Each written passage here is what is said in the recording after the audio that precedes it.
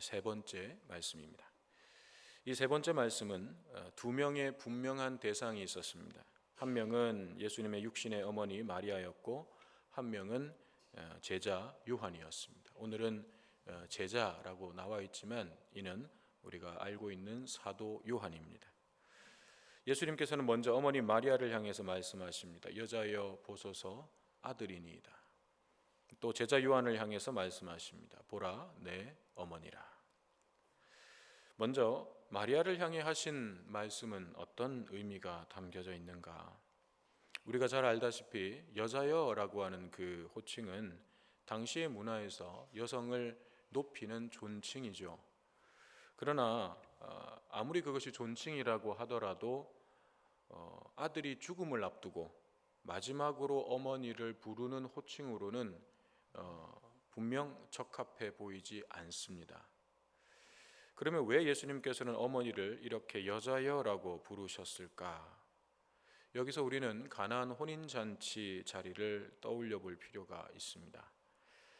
세상을 구원할 메시아로서의 그 공생애를 시작하신 예수님께서 처음으로 첫 번째 기적으로 베푸셨던 그 기적이 가나 혼인잔치에서 물이 포도주로 변화되는 그 기적이 예수님의 공생애의 어떤 시작을 알리는 첫 기적 사건이었습니다.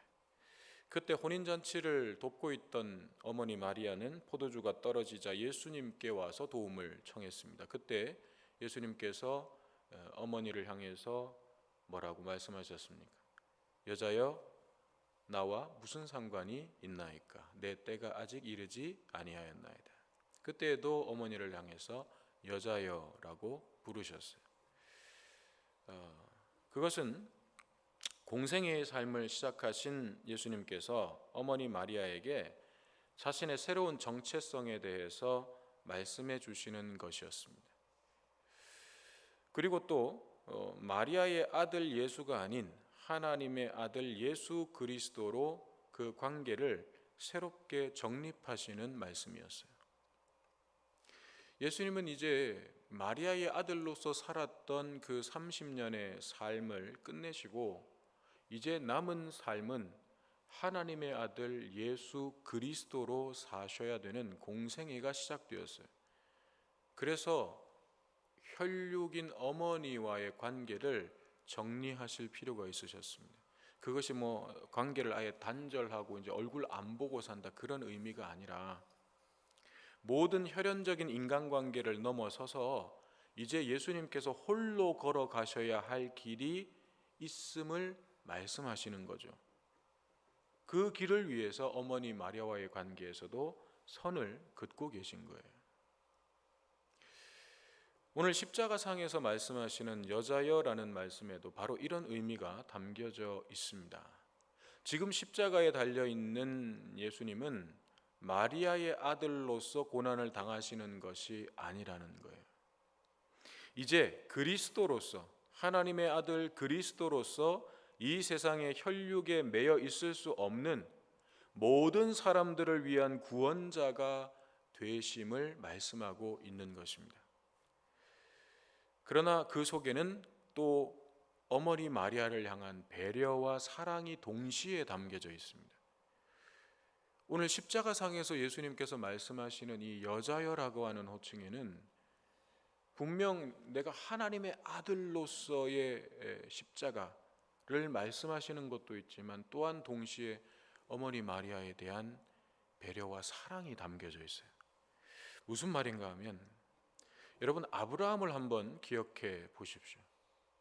아브라함이 100세에 낳은 독자 이삭을 하나님께서 번제물로 바치라 말씀하셨을 때 그 하나님의 말씀을 준행하기 위해서 모리아 산으로 올라갑니다. 독자 이삭과 함께. 그런데 산을 오르다가 갑자기 이삭이 뭔가 생각났다는 듯이 아버지 아브라함에게 물었습니다. 창세기 22장 7절에 이렇게 기록되어 있습니다. 이삭이 그 아버지 아브라함에게 말하여 이르되 내 아버지여 하니 그가 이르되 내 아들아 내가 여기 있노라. 이삭이 이르되 불과 나무는 있거니와 번제할 어린 양은 어디 있나이까? 자기 생명보다 사랑하는 아들이 내 아버지여 라고 묻습니다.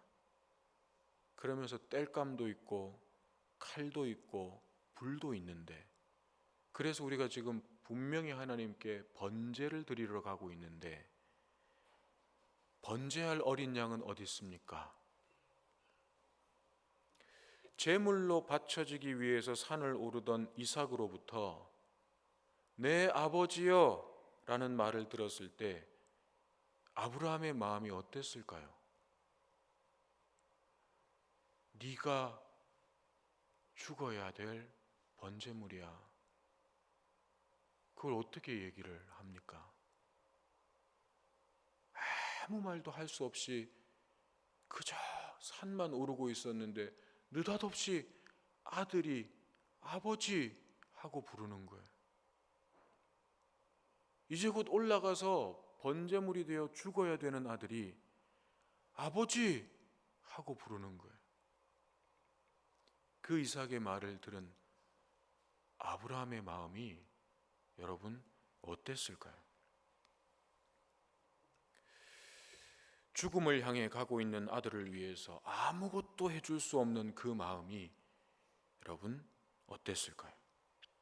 마찬가지로 지금 십자가를 바라보며 가장 아프고 고통스러웠을 사람은 누구였겠습니까?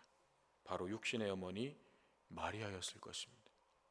이 세상 그 누구보다도 예수님의 십자가를 바라보며 아파하고 고통스러워하고 슬퍼하고 있을 사람, 그 한 사람은 바로 육신의 어머니 마리아였습니다.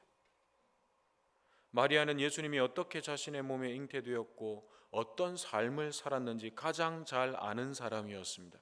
그래서 마리아도 예수님을 자신의 아들로만, 육신의 아들로만 생각하지는 않았어요. 그러나 그럼에도 불구하고 예수는 10달을 품에 품었고 출산의 고통을 통해서 낳은 내 아들이었습니다. 그런데 그 아들이 지금 십자가에서 흉악범들과 같은 부류로 낙인이 찍힌 채 처참하게 죽어가고 있습니다. 그 현장을 지켜봐야 하는 어미의 마음을 우리가 감히 상상이나 할 수 있겠습니까? 예수님도 십자가에 달려있는 자신을 보고 있는 어머니 마리아의 마음을 그 누구보다도 잘 알고 계셨을 것입니다. 그래서 예수님께서는 이미 너무나 큰 슬픔과 고통으로 가득 차 있을 그 어머니 마리아를 향해서 어머니라고 부름으로써 마리아의 그 슬픔과 고통을 극한으로 끌어올려서 터뜨리실 생각이 없으셨어요. 만약 그 순간 예수님이 마리아를 향해서 내 어머니여 라고 불렀다면 겨우겨우 그 십자가 앞에서 버텨내면서 서 있었던 마리아는 무너졌을 겁니다. 무너졌을 거예요. 그래서 예수님께서는 어머니 마리아를 여자여라고 부르셨고 이 짧은 한마디 안에서 이렇게 말씀하고 계셨던 겁니다. 여자여, 그렇게 아파하지 마소서. 그렇게 슬퍼하지 마소서. 나는 지금 당신의 아들이 아닌 세상을 구원할 하나님의 아들로 여기 매달려 있습니다. 그러니 여자여, 너무 슬퍼 마소서. 예수님은 자신을 낳아준 어머니 마리아를 마지막 순간까지 위로하시기 위해서 여자여라고 부르신 것입니다. 예수님의 이 깊은 위로와 사랑이 오늘 우리의 상한 심령을 어루만져 주십니다. 바람 앞에 꺼져가는 불씨같이 겨우겨우 버텨내고 있는 우리를 두 손으로 에워싸서 바람을 막아 살아있게 하신 분이 주님이셨습니다. 상한 갈대와 같은 심령을 꺾지 아니하시고 붙잡아 주시는 그 사랑으로 여기까지 인도해 주신 분이 주님이셨습니다.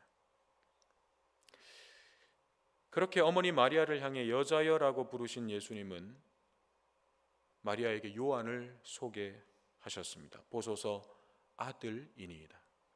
그리고 제자 요한을 향하여 다시 말씀하십니다. 보라, 내 어머니라. 예수님의 이 말씀은 지금 못 박혀 계신 십자가를 통해서 앞으로 새롭게 이루어지게 될 가족관계를 보여주시는 말씀이죠. 주님의 십자가는 이제 새로운 하늘 가족을 만들어 주실 것입니다. 이 땅에 새로운 이스라엘을 세우실 것입니다. 혈연으로 이해되었던 이스라엘이 아니라 예수 그리스도의 십자가 보혈로 맺어질 새로운 관계의 이스라엘, 하나님의 백성들을 보여주시는 말씀이라고 할 수 있는 것입니다. 한 사람이 예수 그리스도를 만나서 구원받은 백성이 된다는 것은 이제 믿음의 가족, 하늘 가족이 생긴다는 의미를 포함하게 되는 것입니다. 그리고 우리는 그러한 영적인 가족 관계를 사랑하고 기뻐하고 함께 살아가야 합니다. 형제가 연합하여 동거하는 바로 그곳에 주님이 함께 하실 것입니다. 십자가로 가까이 다가가는 사람들마다 이처럼 새롭게 이루어진 영적인 가족 관계 속에서 세상은 알 수도 없고 줄 수도 없는 평안과 위로와 기쁨과 감격을 경험하게 됩니다. 이것이 바로 앞으로 주님께서 세우실 교회의 참된 모습입니다. 저는 우리 성호교회가 목장을 통해서 바로 이것을 경험하고 누리게 되기를 정말 간절히 소망합니다. 그러나 아직도 이런 관계와 모임이 해도 되고 안 해도 되는 선택적 상황이거나 나의 신앙생활에 있어서 크게 중요하지 않은 부분으로 여기는 분들이 많이 있습니다. 나만 신앙적으로 잘 서면 됐지 굳이 여러 사람들과 그렇게 관계를 맺어 가야 하는가 반문하는 분들도 있습니다. 물론 거기에는 합당한 이유가 있을 것입니다.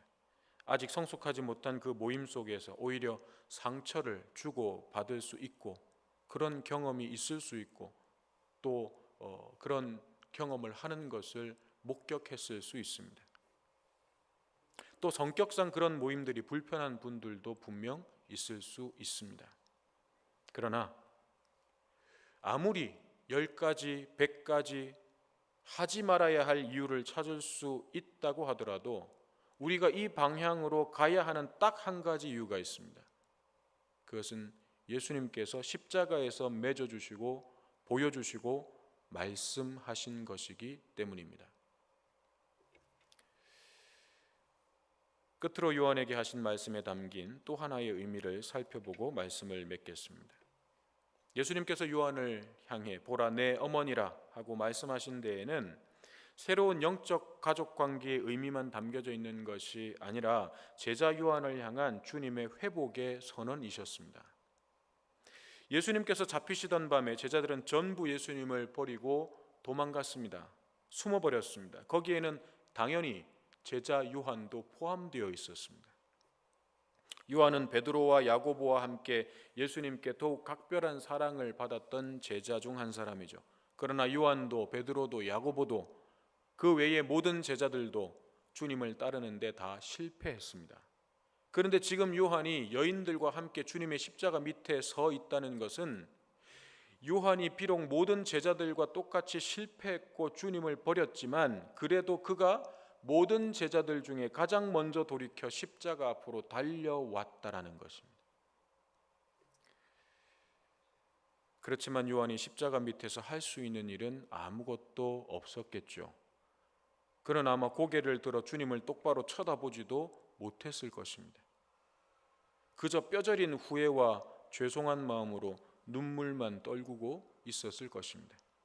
예수님께서는 요한의 그 마음을 알고 계셨습니다. 그래서 말씀하셨습니다. 보라 내 어머니라. 즉 예수님께서는 자신을 버리고 배신한 요한에게 이렇게 말씀하신 것이었어요. 요한아, 나는 너를 원망하지 않는다. 나는 여전히 너를 신뢰하고 변함없이 사랑하고 있다. 그러니 이제 내 어머니를 너에게 부탁해도 되겠니? 예수님은 요한에게 지금 이렇게 말씀하고 계신 것이었습니다. 예수님은 이 말씀을 통해서 자책하며 고통스러워하고 있는 요한의 마음을 회복시켜 주시고자 하시는 것입니다. 실패를 뛰어넘어 주님과의 관계의 회복으로 나아오도록 만들어주고 계신 것입니다. 주님의 사랑을 많이 받았다고 해서 실패를 경험하지 않는 것은 아닙니다. 우리는 그 누구도 주님의 도움 없이는, 주님의 은혜가 아니고는 단 한순간도 서 있을 수 없는 사람들입니다. 그런데 문제는 실패 그 자체가 아니라 실패했을 때 돌이켜 골고다 언덕으로 달려가서 십자가 앞에 머리를 숙일 수 있는 용기와 회개가 있느냐 하는 거예요. 그 실패의 자리에 머물러 있지 않고 절망하지 않고 다시 주님의 십자가 앞에 달려와서 엎드릴 수 있는 용기와 믿음과 회개가 있는가?